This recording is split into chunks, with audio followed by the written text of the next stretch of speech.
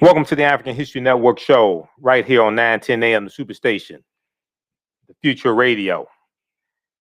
I'm your host, Brother Michael Imhotep. It is Tuesday, January 12th, 2021, and we are live. Hope everybody's doing well today.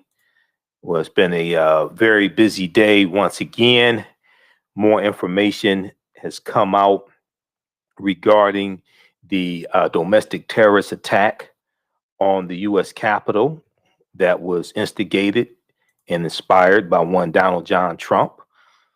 We see that the second impeachment of Trump nears, and more Republicans are coming out saying that they're going to vote to impeach the traitor in chief, Donald Trump, who will go down in history as the first president to be impeached twice. Whether or not he's removed from office remains to be seen. But in one sign that definitely is not good for Donald Trump is that it appears he's lost the support of the Grim Reaper, Moscow Mitch McConnell. And when you lose the support of Moscow Mitch McConnell, that's not a good sign at all. New York Times has a story that deals with this, and it appears that Mitch McConnell is upset with Donald Trump and blames Donald Trump for Republicans losing control of the U.S. Senate. And then I think the last straw was the insurrection, the domestic terrorist attack that Donald Trump instigated and inspired and put the lives of people like Mitch McConnell and other Republicans who have carried the water of the traitor in chief. He put their lives in jeopardy. Not only that, he put the life of Mike Pence, who has probably been the most loyal to Donald Trump. He put the life of Mike Pence in jeopardy as well, because many of those domestic terrorists, the insurrectionists, were yelling, "Hang Mike Pence," and calling for Mike Pence. So all this is taking place. And then Mike Pence, VP Mike Pence, Washington Post has reported, and other news outlets, NBC News, have reported that he is rejecting the call to implement the 25th Amendment to the U.S. Constitution. Mike Pence rejects calls for him to remove Trump from office under the 25th Amendment. So we'll talk to him about that. We'll deal with the impeachment nearing, because it looks like that on Wednesday in the House of Representatives, they're going to take a vote to impeach Donald Trump. Either between Wednesday and Thursday, they'll take a vote to impeach Trump. And then also you have, we have more Republicans in the House and the Senate who are saying that they're going to vote to impeach Trump. But then we saw the Department of Justice held a press conference today. And there was a story from the Washington Post that came out. FBI report warned of war at Capitol, contradicting claims there was no indication of looming violence. FBI report warned of war at Capitol, contradicting claims that there was no indication of looming violence. So we see that there was a press conference today from the Department of Justice, and we're going to share an excerpt of that press conference. Now, this is the first time that a press conference has been held since the January 6th attack on the U.S. Capitol. The FBI announced that there are 160 case files opened into the Capitol riot probe. So they gave an update on what they know so far that they want to tell us. So we have that taking place. We're gonna talk about that. Um, and then also Associated Press and WXYZ Channel 7 in Detroit announced today, happy news. Um, former Governor Rick Snyder, former Michigan Governor Rick Snyder, the Michigan Attorney General's office has announced they're going to file charges against former Governor Rick Snyder in the Flint Water Crisis investigation. The Flint Water Crisis investigation. Now, this made international news. There was support from around the world when people learned about the lead poisoning of the water in Flint, Michigan. And that happened under the watch of um, uh, Rick Snyder, Governor Rick Snyder. Former Michigan Governor Rick Snyder, his health director, and other ex officials have been told they're being charged after a new investigation of the Flint water scandal, which devastated the majority African American city of Flint, Michigan, with lead contaminated water and was blamed for a deadly outbreak of Legionnaire's disease, the Associated Press has learned. Two people with knowledge of the planned prosecution told the Associated Press on Tuesday that the Attorney General's office has informed defense lawyers about indictments in Flint, Michigan, and told them to expect initial court appearances soon. Told them to expect initial court appearances soon. They spoke to the Associated Press on the condition of anonymity because they were not authorized to speak publicly. Now, so far, we haven't been able to determine the nature of the charges against former Governor Rick Snyder, former Health Director Nick Lyon, and others who were in his administration, including Rich Baird, Baird, a friend who was the governor's key troubleshooter while in office. So you're going to hear more about that. So that was good news. Then also Sheldon Adelson died today. And Sheldon Adelson is an ally of Trump. He's a big financier, Trump's 2016 campaign. Hotel magnate, owned some newspapers, one or two newspapers. So I'll leave it up to you which category you file that under. I'm gonna tell you which category I file that under, but we ain't gonna go there. Sheldon Adelson, billionaire donor to GOP in Israel, died. 87 years old. I'm looking at this reporting from the New York Times. And then let me see. Hold on.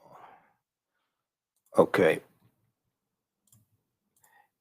So New York Times has a big article about this. I got email notifications this morning about Sheldon Adelson passing away from different news sources. I didn't post about it. I said, Sheldon Adelson, let's see. He drew a cornucopia of cash from his empire of casinos and resort hotels and poured money into right-wing causes. Sheldon Adelson, a cab driver's son who built the world's largest empire of casinos and resort hotels in Las Vegas, Singapore, and other gambling meccas, and used his vast wealth to promote right-wing political agendas, including financing Donald Trump's 2016 campaign. Passed away on Monday at his home in Malibu, California. He was 87 years old. The cause was complications of non-Hodgkin's lymphoma, a form of blood cancer, his company, Las Vegas Sands, said on Tuesday in a statement. Sheldon Adelson grew up tough, a Depression-era street urchin who hawked newspapers and fought roughnecks in Boston, unfazed by risks, rivals, or the law. He built a fortune estimated by Forbes in 2014 at $36.6 billion. He was a real billionaire, unlike Donald Trump. And by Bloomberg Billionaires Index at 40.8 billion, making him the world's 8th or 9th wealthiest person. And he was a staunch Trump supporter also. By 2016, Forbes said Sheldon Adelson's net worth had dropped to 25.5 billion, largely because of gaming revenue declines at his giant casino in Macau or on China's south coast, where the swarms of junketing Chinese businessmen and Communist Party officials had all but dried up in a corruption crackdown by President Xi Jinping of China. So, I felt sorry for him because he lost billions of dollars. But you've heard me talk about Sheldon Adelson before, so So file that under which category you want to. I could tell you which category I'm going to file that under. But anyway, so read this article from New York Times and in NBC News. There's an article by the Washington Post, all of them. And do some research on Sheldon Adelson and his financing of right-wing agendas. So then I posted this story about, we're coming up here on a break in just a second. I posted this story here. This was one from Forbes.com. Speaking of Forbes, Georgia man charged in U.S. Capitol attack dies by suicide. Georgia man charged in U.S. Capitol attack dies by suicide.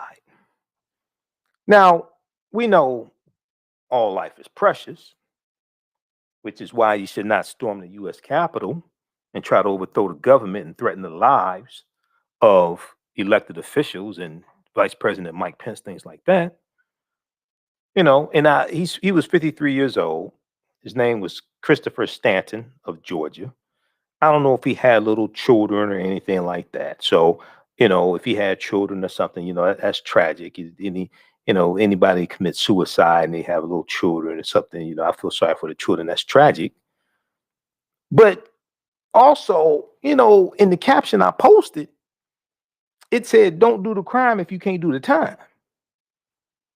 A 53-year-old Georgia man who faced charges in connection to late Wednesday's attack on the U.S. Capitol has died by suicide, according to the Fulton County Medical Examiner's Office.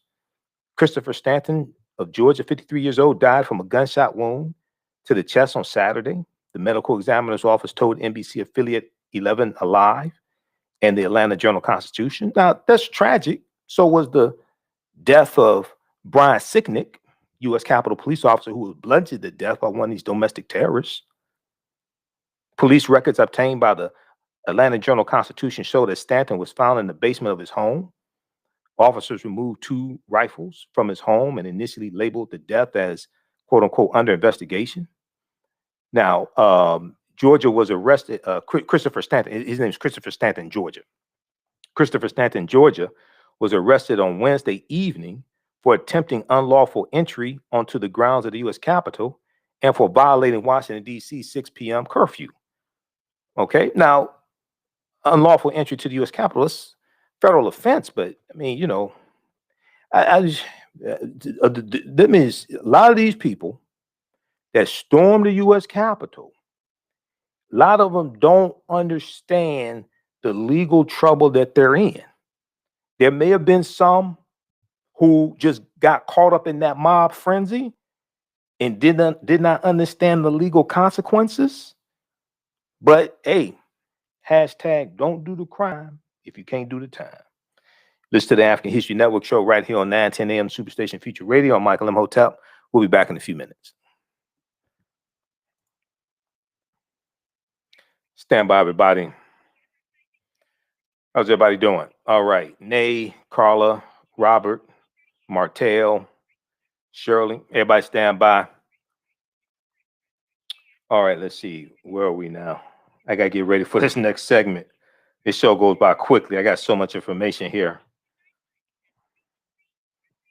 The suicide is a tragic story, but it's like, hold on now, because there's gonna be more suicides when people realize the legal trouble that they allowed Trump to get them into, and they get hit with federal charges, and they was just out with the boys and all this stuff, and we gonna get Nancy, and we can get Nancy Pelosi, and we gonna get the Democrats and all that stuff, and a lot of them, once they get hit with these federal charges, they're gonna realize the legal trouble that following this con man, fraud, traitor in chief. They were following him, and they got themselves in legal trouble. But when he leaves the White House on January 20th, his ass is going to be in legal trouble also. All right, Akhenaten. All right, when the pharaohs, Nesubitis, Akhenaten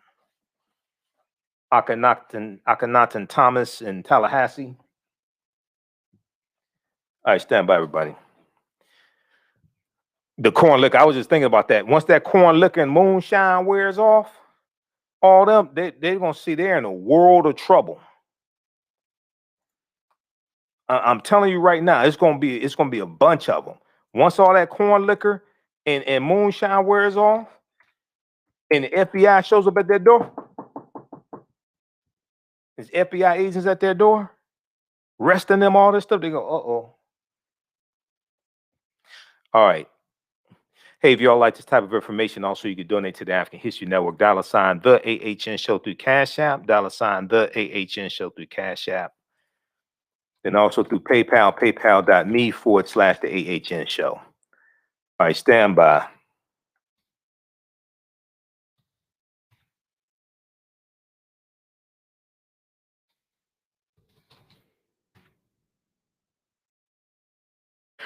Welcome back to the African History Network show right here on 910 AM, the Superstation of Future Radio. I'm your host, Brother Michael Imhotep. It is Tuesday, January 12th, 2021. We are live. Calling numbers 313-778-7600. 313-778-7600 is the calling number if you have a question or comment. Now, on the African History Network show, we focus on educating, empowering, and inspiring people of African descent throughout the diaspora and around the world. Because right now, it corrects wrong behavior. What you do for yourself, what you do to yourself, and what you allow other people to do to you and get away with is based upon what you think about yourself. What you think about yourself is based upon what you have been taught about yourself. What you've been taught about yourself is based upon everything you've read, heard, and seen about yourself. So when we control the radius of a man's thoughts, you can control the circumference of his actions, because the mind can't do or teach what it doesn't know. Now, we deal with a number of different topics here on the African History Network show. We deal with current events and history and politics, education, economic empowerment, entrepreneurship, relationships, love, sex, health issues, and much, much more. Sign up for our email newsletter. Text the word Kemet, Kemet, to 22828. Sign up for our email newsletter. Text the word Kemet, Kemet, to 22828. Also, visit our website, AfricanHistoryNetwork.com, AfricanHistoryNetwork.com. If you like this type of information, you can donate to the African History Network, $ the AHN Show through Cash App, $ the AHN Show through Cash App, also through PayPal, paypal.me/the AHN Show, paypal.me/the AHN Show, and also at our website, AfricanHistoryNetwork.com. Now, we're here 6 nights a week, Monday through Friday, 11 p.m. to 12 midnight Eastern Standard Time, and we're still on Sunday nights, which I've been in that Sunday time slot for 5 years. We're still on Sundays, 9 p.m. to 11 p.m. Eastern Standard Time. So as of October 12th, we're on 6 nights a week. So when you donate, that helps us to keep doing the research, stay on the air, keep broadcasting, etc. Okay, so we definitely appreciate that. All right, let's jump into this quickly here. So let's see. I want to go to let's go to the FBI story. Shakita, we're going to go to clip 2 first. So on yesterday's show, we talked about there was a news story. FBI memo warns of threats of possible armed protests at 50 state capitals. And NBC News had exclusive reporting on that. FBI memo warns law enforcement across U.S. of possible armed protests at 50 state capitals, including in Lansing, Michigan, state capitol here in Michigan. The FBI also says an armed group has threatened to travel to Washington, D.C. and stage an uprising if Congress removes Donald Trump from office. Let's go to this clip here. This is from Meet the Press Daily, MSNBC, from January 11th, 2021. Let's go to this clip, Shakita. Learning more about what we know here from the FBI. Tell us what you've learned. That's right, Casey. So we've come to get an understanding that the FBI's National Crisis Coordination Center sent out a memo, and basically it summarizes a number of memos and briefing products from the ATF, DEA, DOD, Park Police, U.S. Marshals, several other agencies, kind of putting together here's what we know about the world of online threats, open source information, social media information, information from other sources that says, what are people talking about potentially doing in the next couple of weeks? And so there's two things that have been kind of talked about. One is the idea of protesting at all 50 state capitals, in particular those that certified the election for President-elect Joe Biden, and to somehow demonstrate there or have armed protest there. The second one is an idea of if Congress, this is what these people are talking about, if Congress invokes the 25th Amendment starting January 16th, that there'll be some sort of a violent uprising in Washington, D.C. Now, Casey, most people are smart enough to know that Congress can't invoke the 25th Amendment, so that raises questions about what the group is thinking about. But this type of information is kind of a survey of what's out there as far as what people are talking about. It's being shared among law enforcement, so everybody kind of has an understanding as far as what's the discussion, what's going on, what do we need to be thinking about, what do we need to be investigating. And on that front, we're already hearing from some of the FBI field offices across the country, for instance, the FBI in Boston, saying they don't have any information specific and incredible to their capitals on Inauguration Day. So there we're talking about Massachusetts, Rhode Island, New Hampshire, and Maine. So they're on the record saying, look, we don't have anything specific to our capitals. So it's important to note, just a quick indulgence on how law enforcement intelligence works. There's the side of it that gathers information and says, okay, this is what people are talking about. This is what they're discussing about online. Some of that information is the same type of information that if you and I were highly trained and spent all day focusing on this, we could easily derive ourselves. Sometimes law enforcement puts out a bulletin type information, which is derived from the investigations that they're doing and is derived from law enforcement information. We don't appear to have that today. So basically, we have a summary of what's going on in the world, and then we also have the idea that specific investigations or at least information is being derived as far as what to expect in certain state capitals. So that's kind of the overall sense of things. Okay, so that was from Monday, January 11th, 2021. Meet the Press Daily, MSNBC. FBI memo warns of threats of possible armed protests at 50 state capitals. That's the name of that clip. You heard NBC's Tom Winters discuss an FBI memo warning law enforcement across the U.S. of possible armed protests at 50 state capitals. And then NBC News also had the article from January 11th. FBI memo warns law enforcement across the U.S. of possible armed protests at 50 state capitals. We talked about that yesterday. Okay.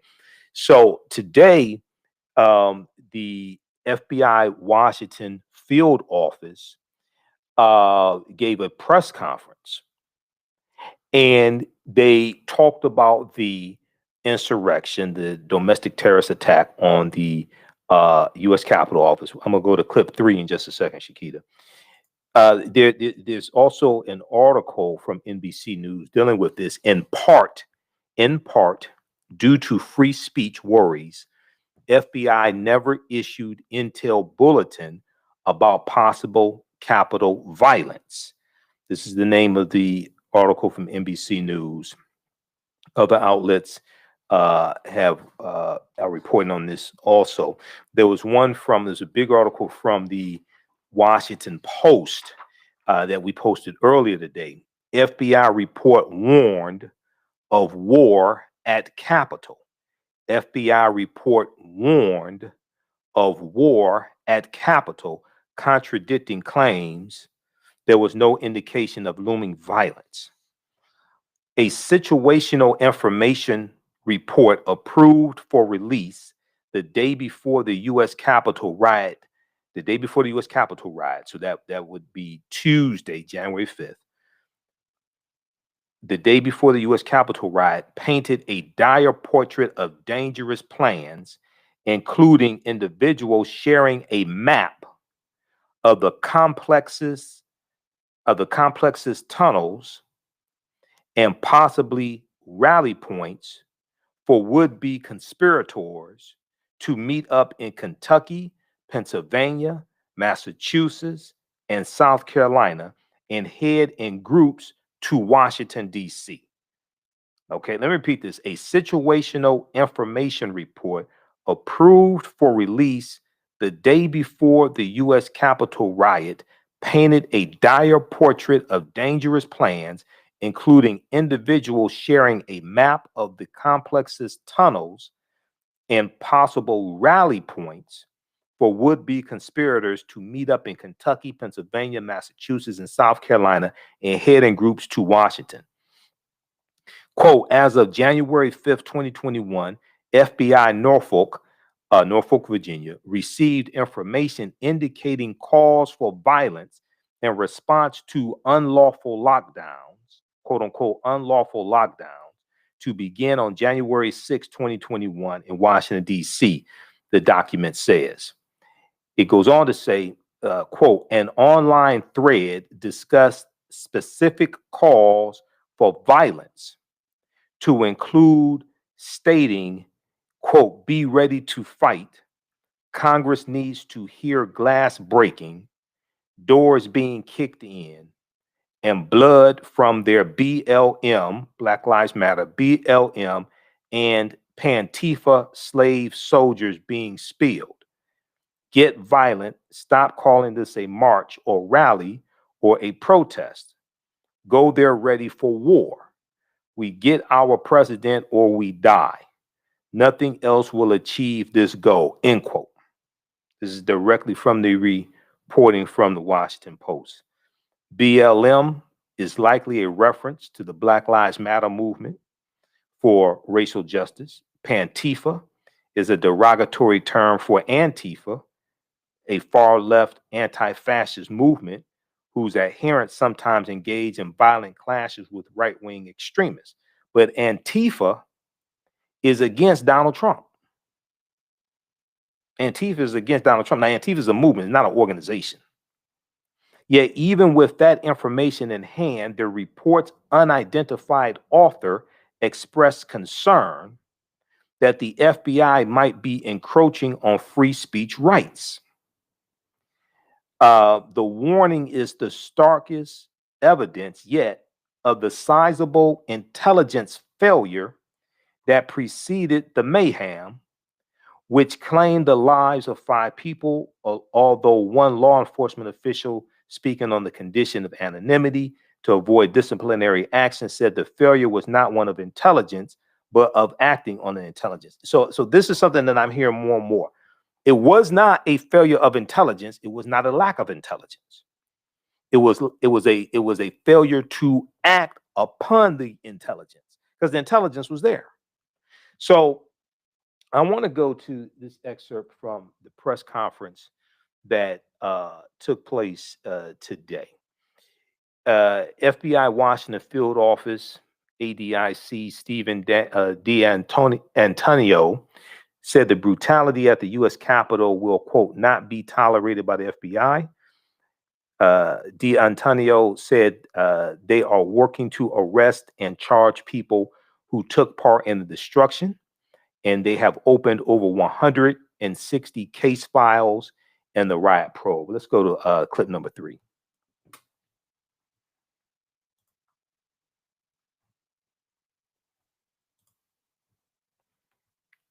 Do we have clip 3 from brutality the American people watched with shock and disbelief on the 6th would not be tolerated by the FBI.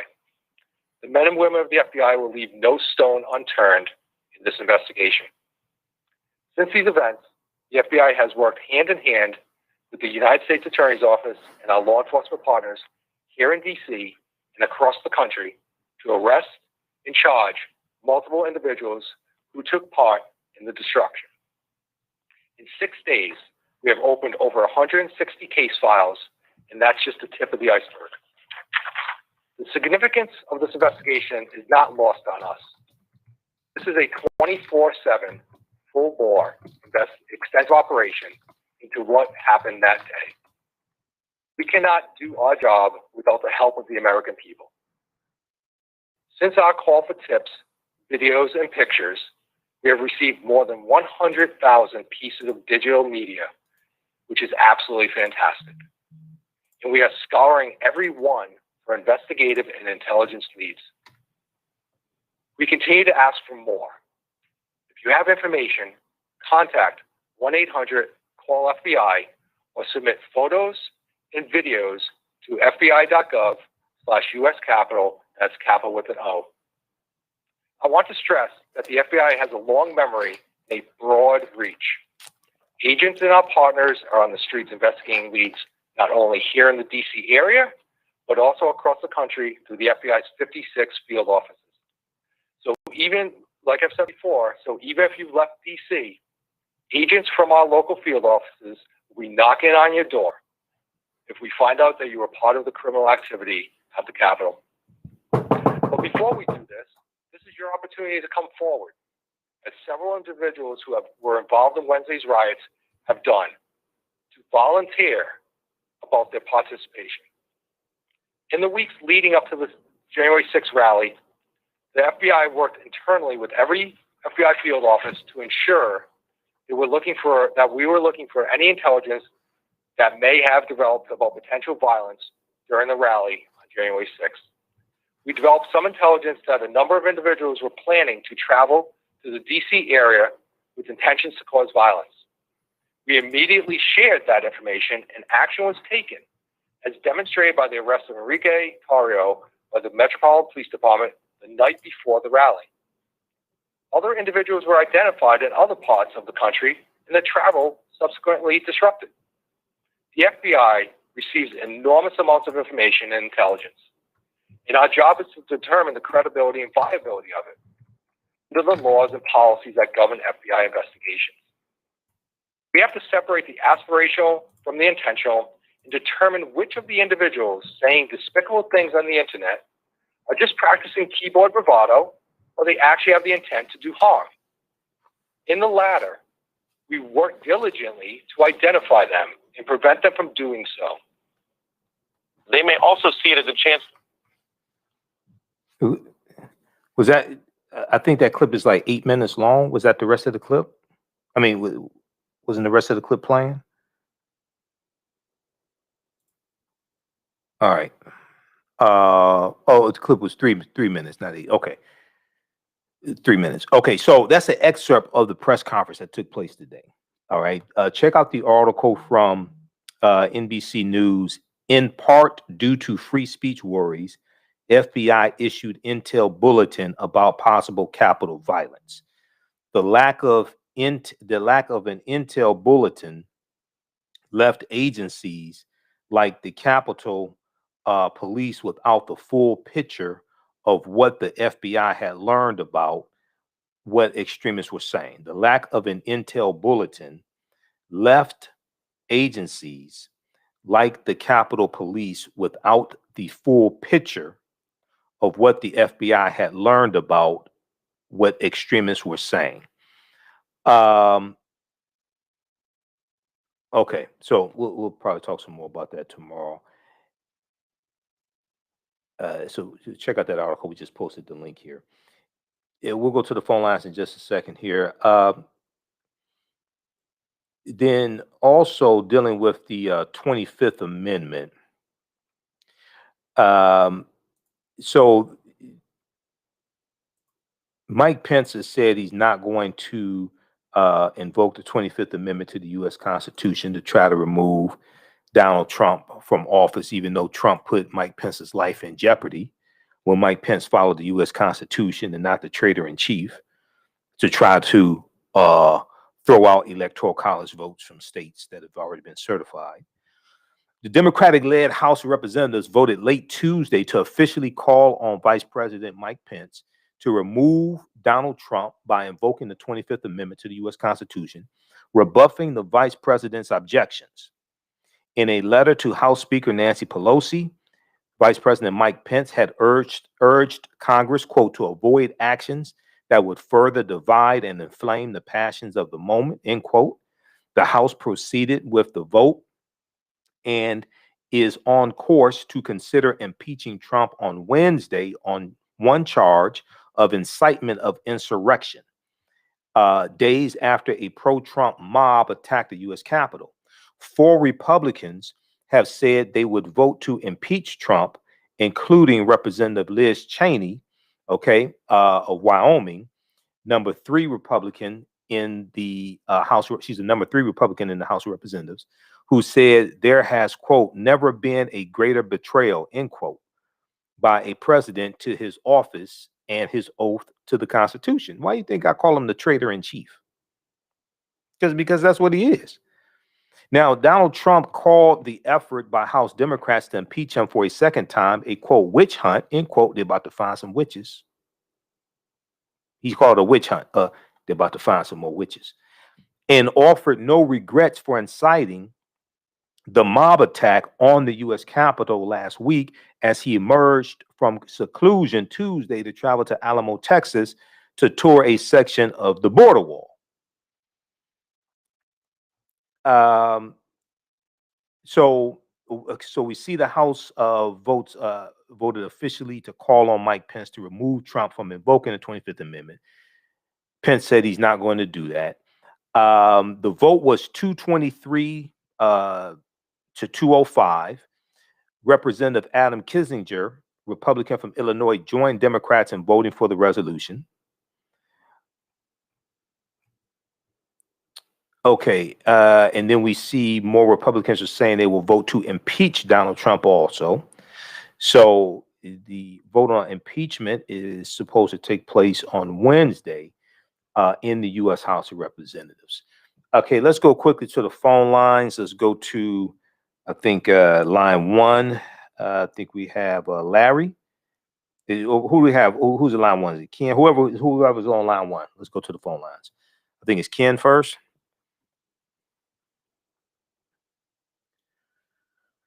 Who do we have? Yeah, okay. How you doing, brother? All right, how you doing? Who's this? This is Ken. Okay, Ken. Okay, Ken from LA. This is Ken calling from LA. Okay, from Los Angeles. How you doing, Ken? Thanks for holding. Welcome to the African History Network show. Your opinion on something, you know. Yeah, I'm doing well.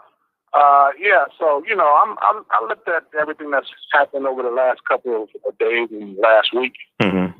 And what I see is, you know, the folks that are coming out in Washington are kind of hiding behind this whole Trump thing and making it look like this is about an election. But I think the real problem is that they see their power dwindling and diminishing in America.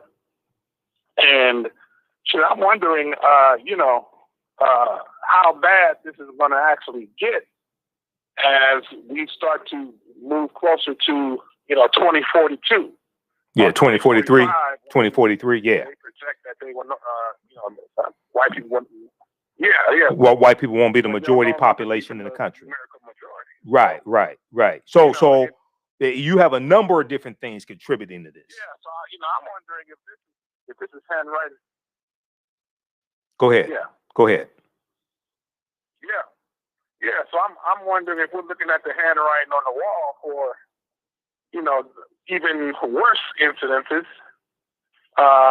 You know, to show up. You know, they lost an election. Mm-hmm. Given the fact that the Democrats are going to control the House and the Senate, you got that Voting Rights Protection Act that's going to pass. Mm-hmm. That may result in a Democratic candidate. A Republican candidate not sitting in the White House for quite a while.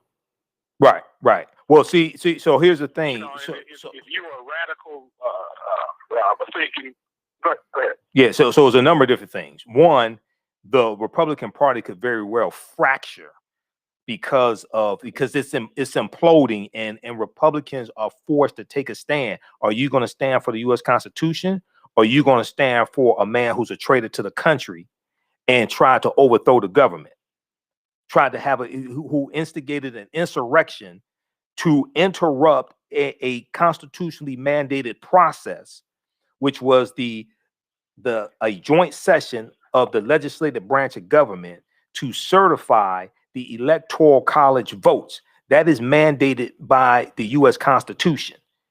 He instigated a mob, and it was 8,000 insurrectionists who showed up to disrupt and keep a constitutionally mandated process from taking place so he could stay in power and overrule the will of the people. So are you going to stand with the U.S. Constitution that you took an oath to defend, or are you going to stand with the traitor in chief who is against the U.S. Constitution? So you're probably going to see a fracture in the Republican Party. But you have a number of different things. You have some white people fearing the browning of America in 2043, but also there's a lot of resentment that some white people have who are rebelling and who are part of that insurrection. There's a resentment that some of them have against African American voters, because African American voters turned out to defeat Trump and then turned out again in Georgia to defeat the Republicans in the U.S. Senate races. Okay, so and see Mitch McConnell, when you read this reporting from the New York Times, this article from the New York Times dealing with McConnell is said to be pleased about impeachment, believing it will be easier to purge Trump from the GOP. You have a lot of Republicans who are furious with Trump. They were furious with him before this insurrection, because they largely blame Trump for costing them the U.S. Senate and the White House. Okay? But then you had this insurrection that took place. People need to read this article here from the New York Times. Okay, man, we almost out of time. I got to try to get this other call, but call back tomorrow night, okay? All right, appreciate it. Okay, Ken. All right, thanks for calling. All right, let's go quickly here. Let's squeeze in this other call. Who we have on line 2? Is this John? Yeah, Jose, this is John, man. Hey, John, how you doing? You're exactly right. They blasting the Republicans. You breaking up, John? John, you're breaking up. Yeah. Oh yeah. Okay. Well, can you hear me now? Okay, go ahead. Are you on a speakerphone? No. Okay, all right. Okay, go ahead. Go ahead. Yeah. But some of them said that they were scared to be with the Republicans because they were scared that somebody was going to catch them and so forth. And yeah, so a lot of Republicans who were hunkered down during that attack, a lot of them feared for their lives, and they understood that it was Trump that sent those domestic terrorist thugs there to the U.S. Capitol building. So they're like, oh no, that's the last straw right there. Right. Yeah. And Coleman Powell said this afternoon that he was through with them. He was through with the Republicans. Yeah, he said he's leaving the Republican. I'm throwing mine. Go ahead. Go ahead. So I just wanted to have you hear about Coleman Powell said that he was through with the Republicans. Yeah. He didn't want nothing else to do with them. Right. So people are running from them now. Exactly. Okay, John. Okay, call back tomorrow night, okay? Thanks for calling. Thank you. Okay, thank you. Thanks for holding. Okay. Senator Mitch McConnell of Kentucky, the Republican leader of the U.S. Senate, okay, has told associates that he believes President Trump committed impeachable offenses and that he is pleased that Democrats are moving to impeach him, believing that it will make it easier to purge Donald Trump from the Republican Party, according to people familiar with his thinking. The House of Representatives is voting on Wednesday to formally charge Donald John Trump with inciting violence against the country. At the same time, Representative Kevin McCarthy of California, the House Minority Leader and one of Donald Trump's most steadfast allies in Congress, has asked other Republicans whether he should call on Donald Trump to resign from office in the aftermath of the riot at the Capitol last week, according to 3 Republican officials briefed on the conversations. While House Minority Leader Kevin McCarthy has said he is personally opposed to impeachment, he and other party leaders have decided not to formally lobby Republicans to vote no. And an aide to Kevin McCarthy said he was open to a measure censuring Donald Trump for his conduct. In private, Kevin McCarthy reached out to a leading House Democrat to see if the chamber would be willing to pursue a censure vote, though Speaker Nancy Pelosi has ruled it out. Read this article here from the New York Times, because so things are starting to add up. Secretary of Transportation Elaine Chao resigned from her post a few days ago. It was like right after that insurrection took place, January 6th. She resigned from office. Well, she's Moscow Mitch McConnell's wife. She was serving in Donald Trump's cabinet. So she resigns. Then this reporting comes out that McConnell is pleased that Democrats are going to impeach him, believing it will be easier to purge Trump from the Republican Party. All right, let's squeeze in. Do we have one more caller we can squeeze in? Do we have somebody on line 3? Is it Larry? Yes, Michael, I'm really concerned that this has, to the level that this has escalated itself up to the chain of command. And I'm just wondering now, how far up the chain of command did this insurrection go? Now, we just talked about... You said how far up the chain of command does this insurrection go? Yes, sir.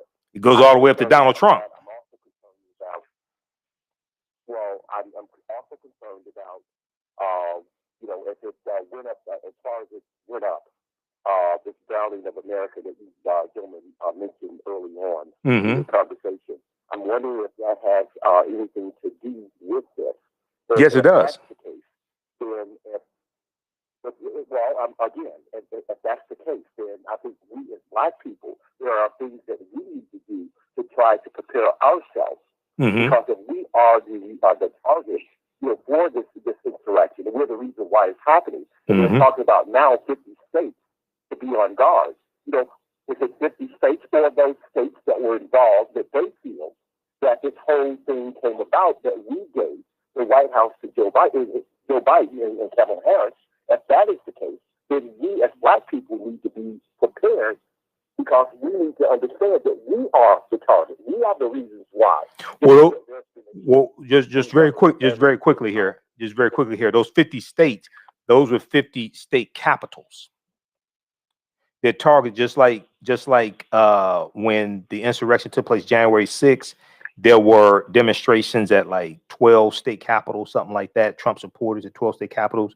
So the FBI is when we look at the reporting from NBC News from January 11th, FBI memo warns law enforcement across U.S. of possible armed protests at 50 state capitals. Okay, but yeah, we need to be prepared. We need to be on guard. We need to defend ourselves. And this is a part of this is a fear the browning of America. Part of this is you have some Trump supporters, not all Trump supporters, but you have some of them who are upset that Trump lost the White House. African Americans and also Hispanics came out, Latinos came out and voted for Trump, came out and voted for Democrats as well, and took control of the House of Representatives, took control of the Senate and the White House from Republicans as well. So all of this is coming together. Yeah, go ahead quickly, because we only got a minute left. Michael, here's the last part of that, is that are the Democrats also complicit in that? We're looking at the Republicans and what they're doing as far as this insurrection. What we have left out, that this is about the browning of America, aren't the Democrats also complicit in this whole thing about overthrowing this government and installing new ones? Overthrowing the government, how? What are you talking about? What are you talking about? All right, looks like we lost Larry. I don't know what he's talking about. So we're out of time here on 910 AM, the Superstation WFDF. Those watching on Facebook and YouTube, on our Facebook fan page, The African History Network, and our YouTube channel, Michael Imhotep. Keep watching. We're going to keep going for a few minutes longer. Remember, at the African History Network, we focus on educating, empowering, and inspiring people of African descent throughout the diaspora and around the world. Because right now, it's correct wrong behavior. It's not over till we win. Wakanda forever. We'll talk to you tomorrow night. Peace. All right, stand by. Okay, let me disconnect that call. How's everybody doing? We'll be here for a few more minutes. Let's see here. Okay, so I want to try to hit some of these stories we didn't have a chance to get to, and we'll talk about Governor Rick Snyder. All right, everybody, share this broadcast on social media platforms. Invite your friends to tune in as well. If you like this type of information, you can donate to the African History Network, $ the AHN Show through Cash App, $ the AHN Show through Cash App, also through PayPal, paypal.me/the AHN Show, paypal.me/the AHN Show, and at our website, AfricanHistoryNetwork.com. All of our DVD lectures are there and digital downloads at our website, AfricanHistoryNetwork.com. All right. Okay, so some more of these updates we'll get to tomorrow on Wednesday's show. We'll talk about the impeachment of Trump. Check out the updates from the Washington Post and NBC News.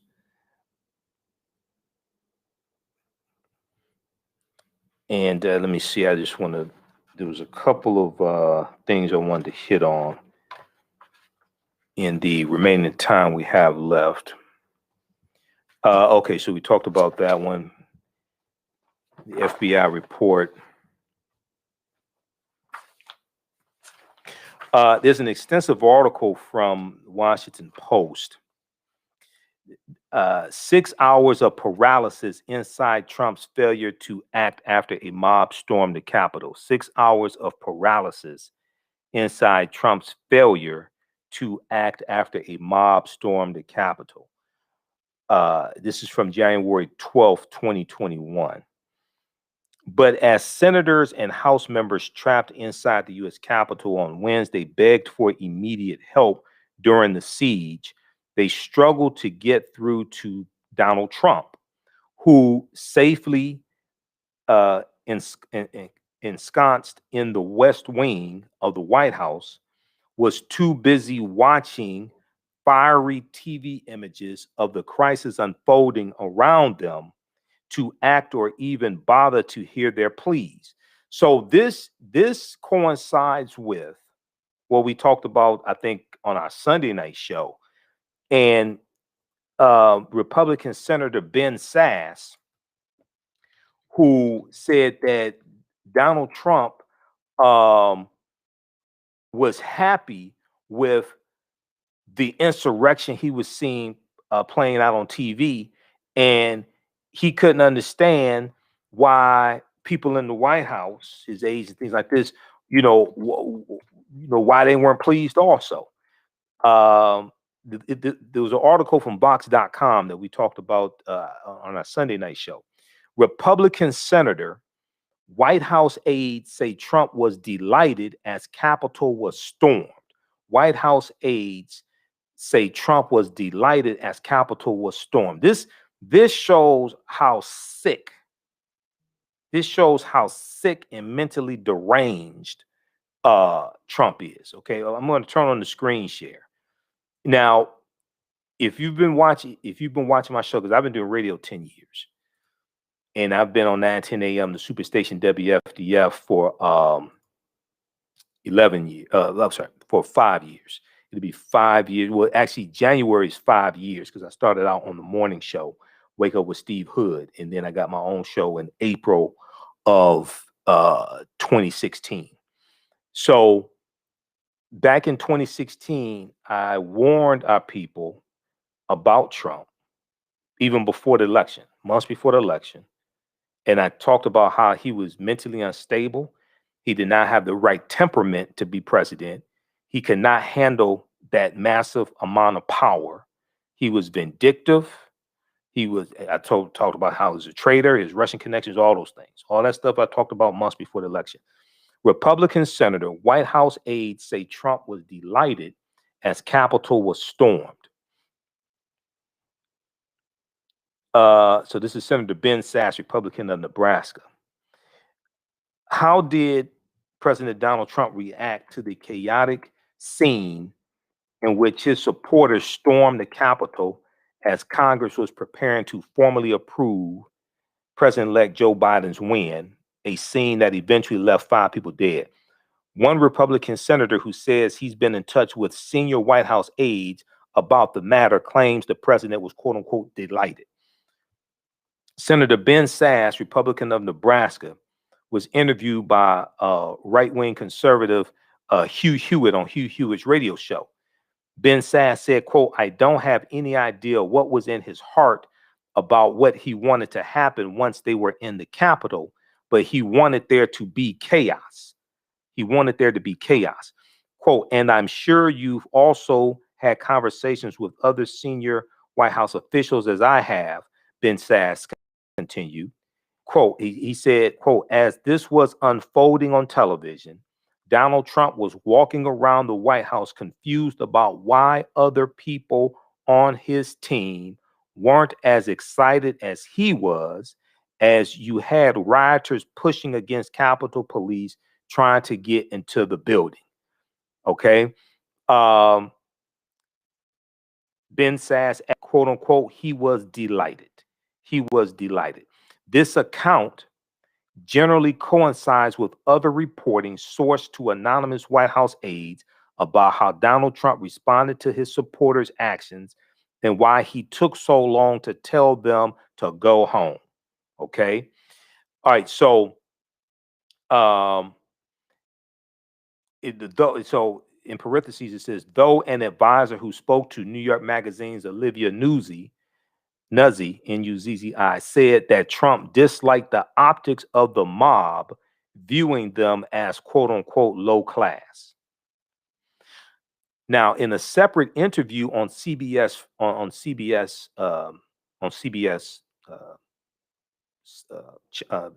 network, CBS Broadcasting Network, Friday, Senator Ben Sasse became the first Republican senator to say that he would, quote unquote, consider voting to remove Donald Trump from office if House Democrats impeached him, though he did not fully commit to do so. Maybe he'll commit now. Because so what's happened is Friday, Saturday, and Sunday, more information has come out about how devastating the attack was. More images, more video has come out about how devastating the attack was. So hopefully Ben Sasse will vote to remove Trump from office as well. Okay, but if we go back and look at the other article here from Washington Post, 6 hours of paralysis inside Trump's failure to act after a mob stormed the Capitol. This was a huge article from the Washington Post, and we're going to pick it up. I'm going to pull it up here and put this on screen share so you can see this. I want everybody should read this article. How y'all doing today? We'll be here for a few more minutes. It's been a long day. I got to bed like really late. I was up editing video of last night's show. Got to bed really late. Let's see here. Okay. 6 hours of paralysis inside Trump's failure to act after a mob stormed the Capitol. It's from the Washington Post from January 11th. January 2021, not the 12th, January 11th, 2021.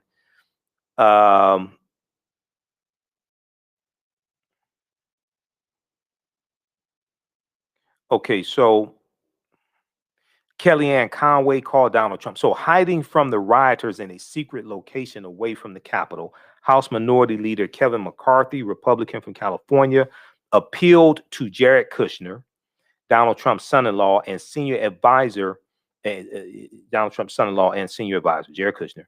Senator Lindsey Graham, Republican of South Carolina, called Ivanka Trump Donald Trump's daughter. While all this chaos is going on, the Congress people and senators are hunkered down. They're trapped in the U.S. Capitol building. Okay, they're calling the White House. They're calling Trump. They're calling Jared Kushner. They're calling Ivanka Trump to get help and to get Donald Trump to put out a statement to tell his insurrectionists to go home. And Kellyanne Conway, a longtime Trump confidant and former White House senior advisor, called an aide who she knew was standing at the president's side. But as senators and House members trapped inside the U.S. Capitol on Wednesday begged for immediate help during the siege, they struggled to get through to Donald Trump, who safely ensconced in the West Wing of the White House was too busy watching the fiery images of the crisis unfolding around them to act or even bother to hear their pleas. He's too busy watching this chaos, this insurrection play out on television to do anything about it. Quote, he was hard to reach. He was hard to reach, and you know why? Because it was live TV, said one close Trump advisor. Quote, if it's TiVo, he just hits pause and takes the calls. If it's live TV, he watches it, and he was just watching it all unfold, end quote. Does he know that with Xfinity, with the DVR, you can pause live TV? I mean, with Xfinity, you can pause live TV and you come back and help America and then come back and press play. Quote, it took him a while to appreciate the gravity of the situation, Senator Lindsey Graham said in the interview. Quote, the president saw these people as allies in his journey and sympathetic to the idea that the election was stolen. It wasn't stolen. You lost. The election wasn't stolen. You lost. The Republicans who are helping you, coming to your aid, defending you, they won re-election in the same election. Their names were on the same ballots. You don't say their elections were stolen. You have Republicans who won in House of Representative races defeating Democrats. You don't say those elections were stolen from Republicans. They were on. You don't say those elections were stolen from Democrats who lost. They're on the same ballot as you. You just can't handle the fact that you lost. And you lost by almost 7 million votes. Trump ultimately and begrudgingly urged his supporters to, quote, go home in peace, end quote. But the 6 hours between when the Capitol was breached, shortly before 2 p.m. Wednesday afternoon, and when it was finally declared secure around 8 p.m. that evening, revealed a president paralyzed, more passive viewer than resolute leader. He was more of a passive viewer watching the destruction that he instigated, and he riled them up and sent them to try to overthrow the government,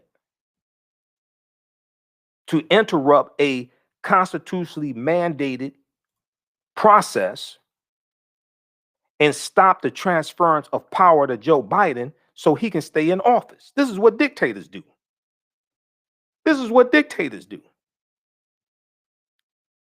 But the signs were there in 2016 before the election. Some people didn't want to see it. They thought, this it's not going to be that bad. It's just one person. I heard people say dumbass things like, we survived slavery, we survived slavery and Reconstruction, all this. First of all, let me explain something to you. When somebody says something like that about African Americans, we survived slavery, things like this, it's not a Negro alive today that was alive during slavery. Chattel slavery ended in 1865. Chattel slavery ended in 1865. That was 156 years ago. So to say something like that shows how stupid people are and how they don't understand history and don't understand how to protect ourselves from threats that are coming. Nobody alive today lived through Reconstruction. Reconstruction ended in 1877. That doesn't make sense. And even if there were people alive today that lived through slavery, they would probably ask the question, why would you allow something like that to happen again? Why would you allow an oncoming threat like that to happen, saying, oh, we survived that? But at what cost? Yeah, we survived and survived Reconstruction, but why would you allow somebody like this that has these tendencies to appeal to white supremacists and neo-Nazis and things like this, and the Proud Boys and the Boogaloo Boys? Why would you allow somebody like that to become president? That's not logical. We have to understand self-preservation. People understand self-preservation, realize that you can't allow something like that to happen. You have to be able to protect yourself from that.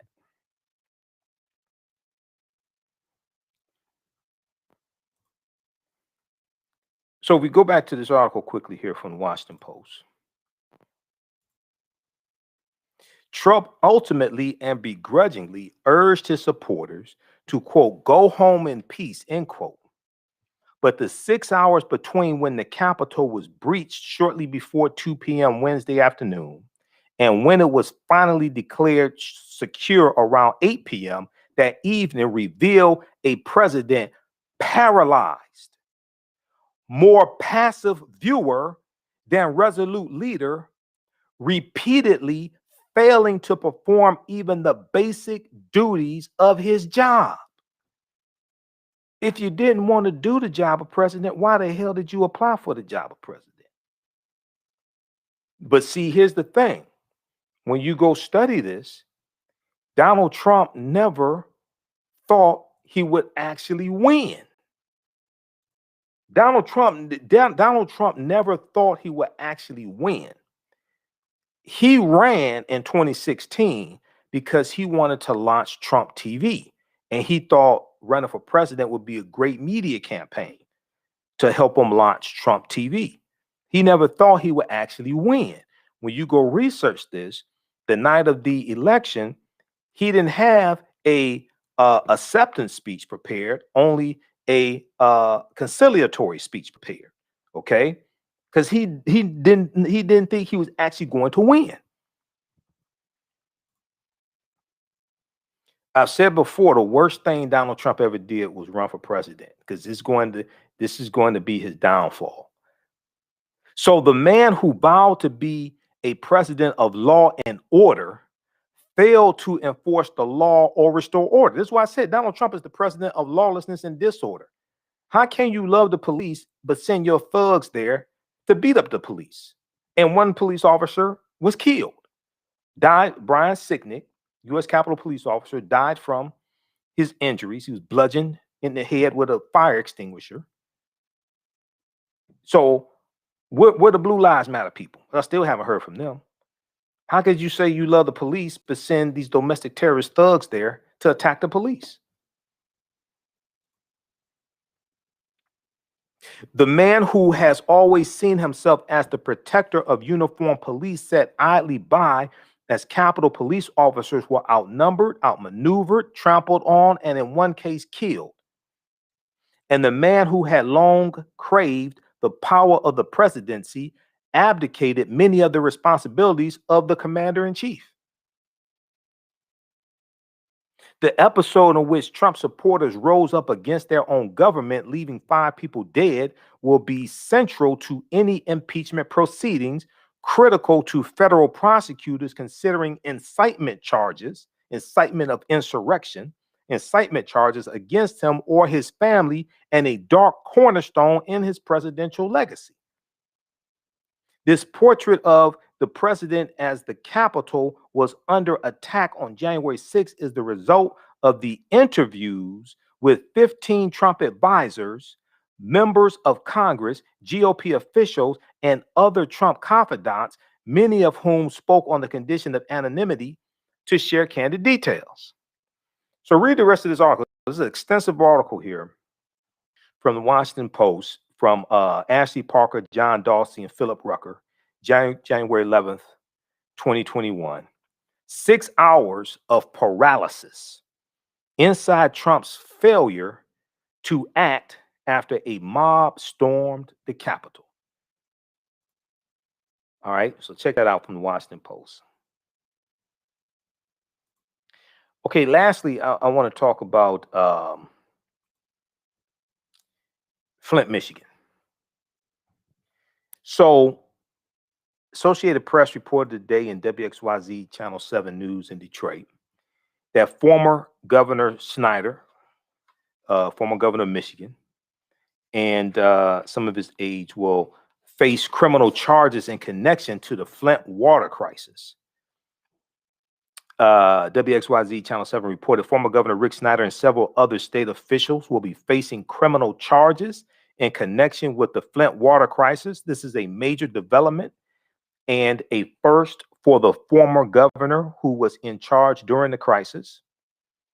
The charges are coming from Attorney General Dana Nessel, but sources tell Channel 7 Action News these are indictments handed down by a grand jury. The charges include involuntary manslaughter, as several people died of Legionnaire's disease during the water crisis. I hope his ass goes to prison.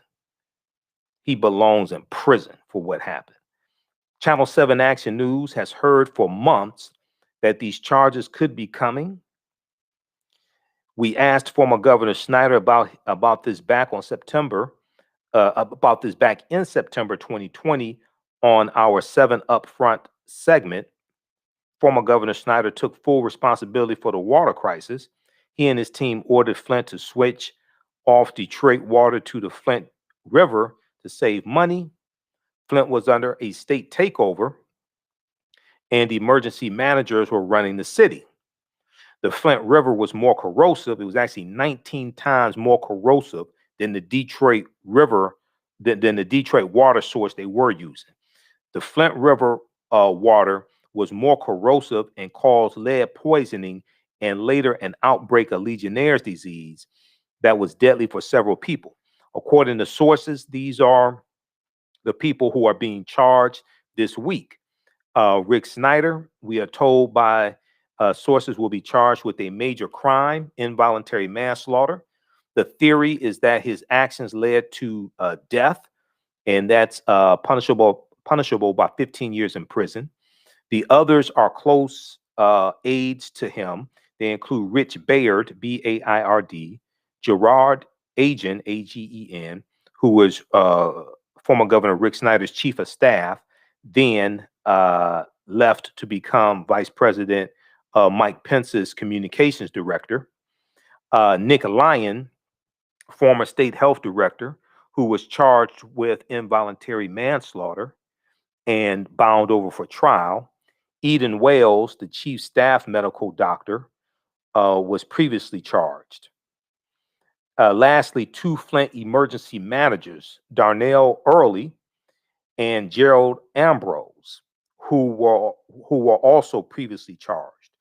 Former Governor Rick Snyder was on Upfront on Channel 7 News September 15th, and Channel 7 asked him about possible charges and if he was concerned. Several people have since released statements regarding the litigation. Brian Lennon, attorney for former Governor Rick Snyder, said, quote, "We have been told by several reporters that the Michigan Attorney General's Office of Special Counsel plans to charge former Governor Rick Snyder with crimes related to the Flint water investigation. That office has refused to share information about these charges with us, which is an indication that a public relations smear campaign is a higher priority than any official legal action." This is what they're saying. Blah, blah, whatever. Okay, so let me see if we can get this clip going. Check out this article here from WXYZ Channel 7 in Detroit, WXYZ.com. Former Governor Snyder to face criminal charges in connection to Flint water crisis. We're going to post this link here. I want to try to get this clip. I think there's a video clip here. Want to try to play it. Okay, here we go. Okay, we'll get that queued up. I had to refresh the screen. We'll get that queued up. Then the Associated Press has an article also that we posted. Michigan plans to charge ex-Governor Snyder and Flint Water probe.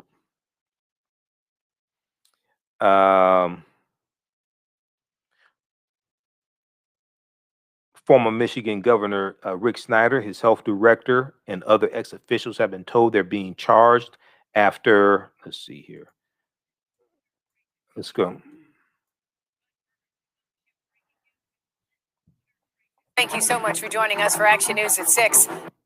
But first, the bombshell breaking news in the Flint Water Crisis. Thank you so much for joining us for Action News at 6. I'm Carolyn Clifford. And I'm Dave Llewellyn. New charges are going to the top. Former Michigan Governor Rick Snyder and several other officials will have to answer for the scandal in court. It began to unfold almost 7 years ago when a change in Flint's water supply poisoned the system with lead. 7 investigator Ross Jones is live tonight with the very latest on what we have learned so far. Ross?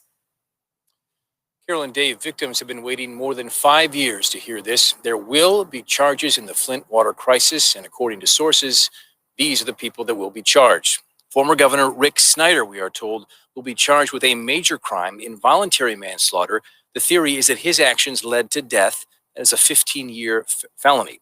The others are aides close to him, Rich Baird, Jared Agin, who was Snyder's chief of staff, who then left to become Vice President Mike Pence's communications director.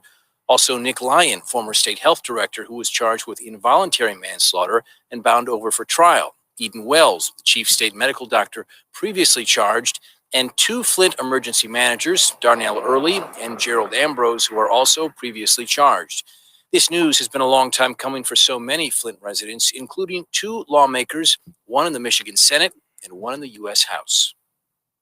People in Flint that were wronged, that were said, that were lied to, that were said that they were crazy, that this is just another confirmation that all those things were not true, that we were right. Justice for the people of Flint comes in lots of different forms.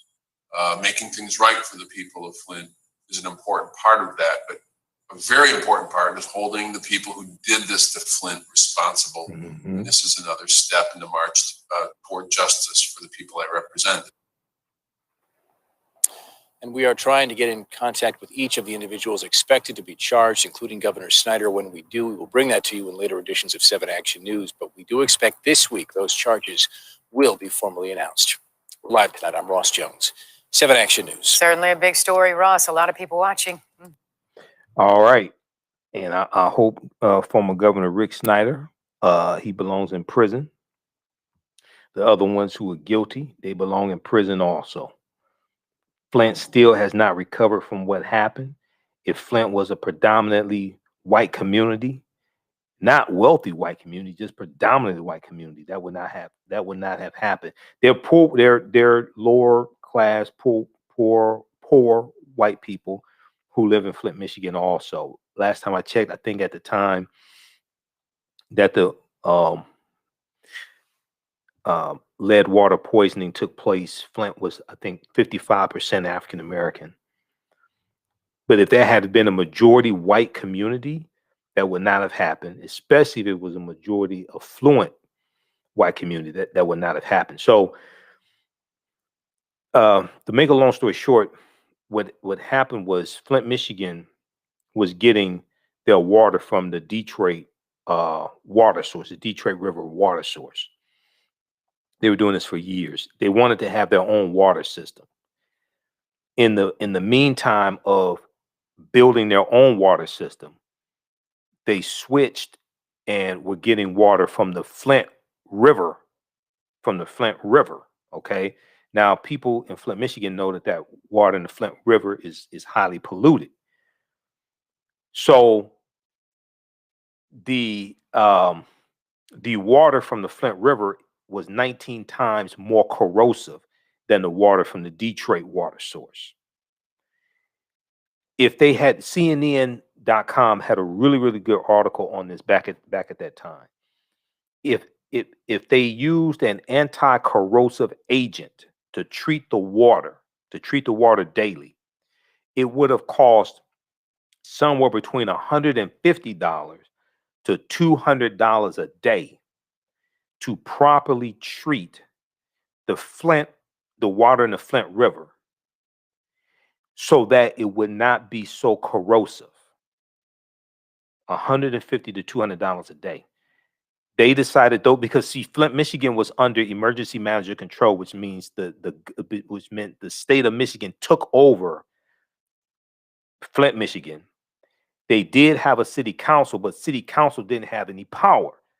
An emergency manager was put in charge of Flint, Michigan. So any decisions that city council made, it was just performative. It was just for ceremony. They didn't have any power.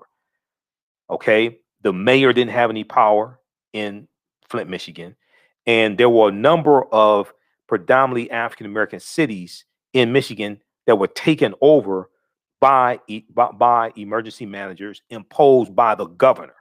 It was state control. Detroit, Benton Harbor, Flint, Michigan, and there were some others.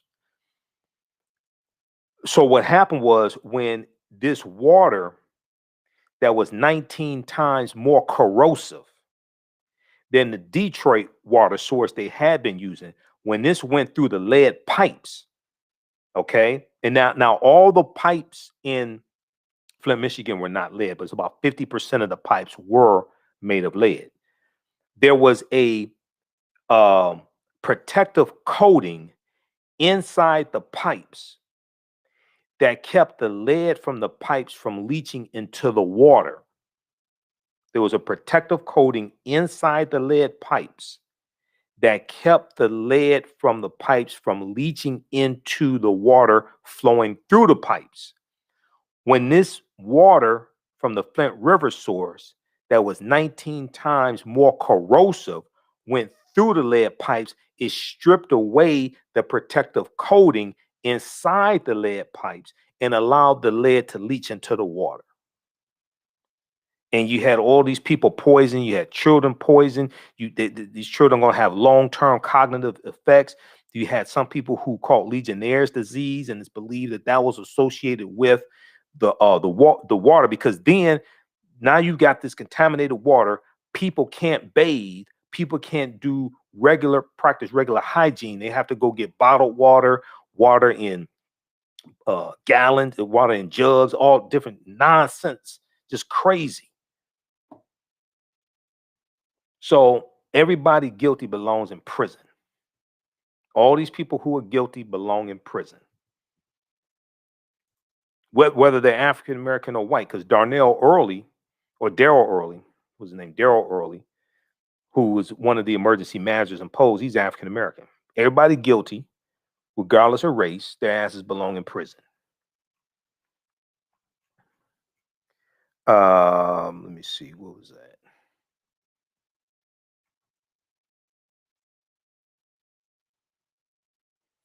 Yeah, so we'll hear more about this.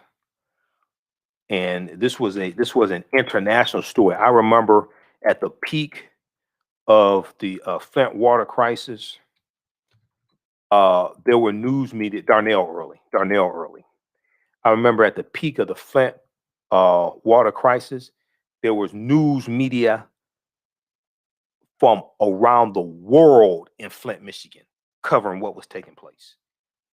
There were representatives of news media outlets from around the world in Flint, Michigan.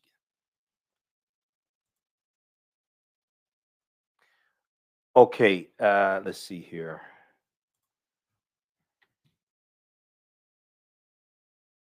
All right. So the rest of the stuff we'll get to tomorrow night, on tomorrow's show. All right. Hey, if you like this type of information, also you can donate to the African History Network, $ the AHN Show through Cash App, or through PayPal, paypal.me/the AHN Show, or at our website, AfricanHistoryNetwork.com, AfricanHistoryNetwork.com. Also, you can advertise with the African History Network. Email us at customerservice@AfricanHistoryNetwork.com, customerservice@AfricanHistoryNetwork.com. So African American business owners, email us. at customer service at AfricanHistoryNetwork.com. We'll let you know how you can advertise with the African History Network. All right, look, we have to get out of here. Hey, remember the African History Network, we focus on educating, empowering, and inspiring people of African descent throughout the diaspora and around the world. Because right now it's correct wrong behavior. It's not over till we win. Wakanda forever. We'll talk to you tomorrow night. Peace.